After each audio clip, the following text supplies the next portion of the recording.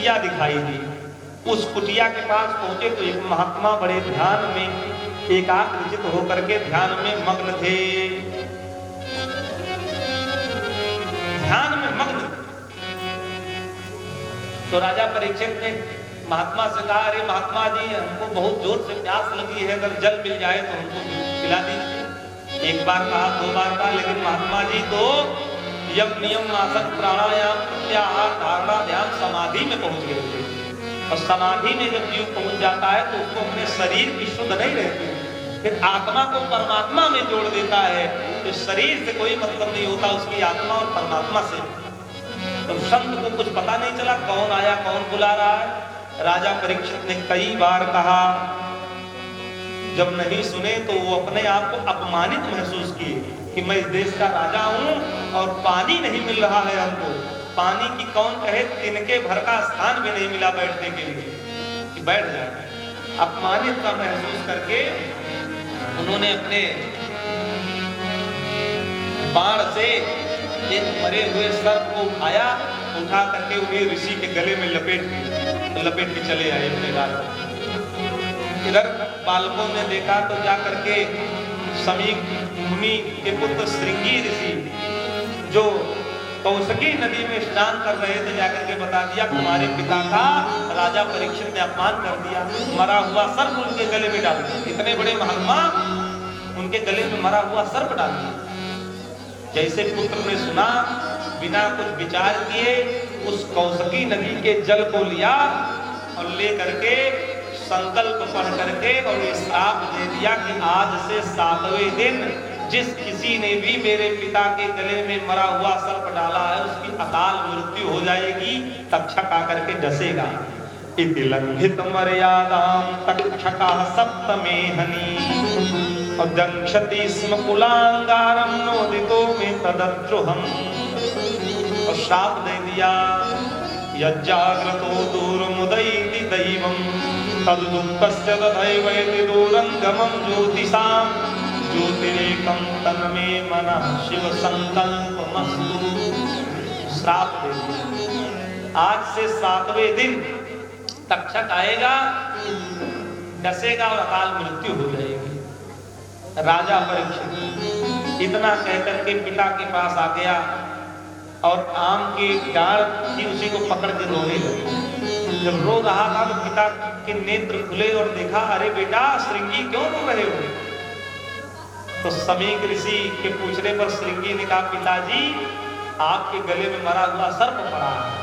तब पिताजी को पता चला किसी ने मरा हुआ सर्प पड़ा। अब क्या बात है? आप पिताजी मैंने श्राप दे दिया कि जिसने भी आपके गले में मरा हुआ सर्प डाला है उसको आज से 7वें दिन तक्षक आएगा और उसकी अकाल मृत्यु हुई। जैसे समीक ऋषि ने सुना, बड़े तेज से क्रोधित हुए, अरे मूर्ख, तुमने इतने बड़े धर्मात्मा को इतना बड़ा श्राप दे दिया। वो हमारे राजा हैं, उन्हीं की कृपा से हमें घी प्राप्त होता है, सामग्री मिलती है जिससे हम बड़े बड़े यज्ञ करते हैं, हमारी संपूर्ण आवश्यकताओं की पूर्ति राजा परीक्षित करते हैं। ऐसे धर्मात्मा राजा को आपने 7 दिन के लिए श्राप दे दिया कि तक्षक आके डसेगा। बहुत गलत काम किया है। और गौरमुख आदि शिष्यों को बुला करके कहा, जाओ राजा परीक्षित को समाचार दे दो कि आज से 7वें दिन तक्षक आएगा, डसेगा और आपकी अकाल मृत्यु होगी, इसलिए अपनी मुक्ति का उपाय करें। गौरमुख आदि 4 शिष्य पहुंच गए और जैसे राजा परीक्षित अपने राज्य पहुंचे और मुकुट उतार के जैसे रखे तैसे शिष्य पहुंच गए। महाराज ने पूछा, क्या बात है, क्यों आए हो? राजा साहब, समीक ऋषि के पुत्र श्रृंगी ऋषि ने आपको श्राप दे दिया है कि आज से 7वें दिन तक्षक आएगा, डसेगा और आपकी मृत्यु हो जाएगी, इसलिए आप अपनी मुक्ति का उपाय कर लीजिए। जैसे सुने तो परीक्षित तो बड़े विद्वान थे, कलयुग बैठा था इसलिए बुद्धि भ्रमित हो गई, संत का अपमान कर दिया। तो हंसने लगे और हंस के कहते, भैया मैंने गलती की है, अपराध किया है, संत का अपराध किया है, इसलिए हमको अगर श्राप मिला है तो बहुत अच्छा होगा, हम अपने पाप का प्रायश्चित कर लेते हैं। बहुत ठीक किए, हमने अपराध एक संत का अपमान कर दिया, इसलिए हमको अगर श्राप मिला है तो हमको स्वीकार करना। तुरंत अपने पुत्र जन्मेजय को बुलाया। और बुला करके सारा राजपाट उन्हीं को दे दिए और कहा भैया ये सब कुछ तुम संभालो, हम चल रहे हैं। एक क्षण में ही सब त्याग दिया। बड़े बड़े लोग छोटी सी सामग्री नहीं त्याग पाते। 1 रुपया भी अगर त्यागना पड़े तो बड़ा कष्ट होता है, लेकिन राजा परीक्षित ने अरबों खरबों की संपत्ति पल भर में त्याग दी। तब जब उनको लगा कि अब साथ में कुछ जाएगा नहीं, केवल घर में ही जाए।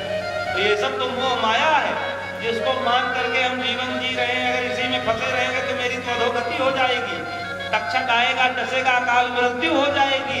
इसलिए नहीं, तुरंत सब कुछ दे दिया।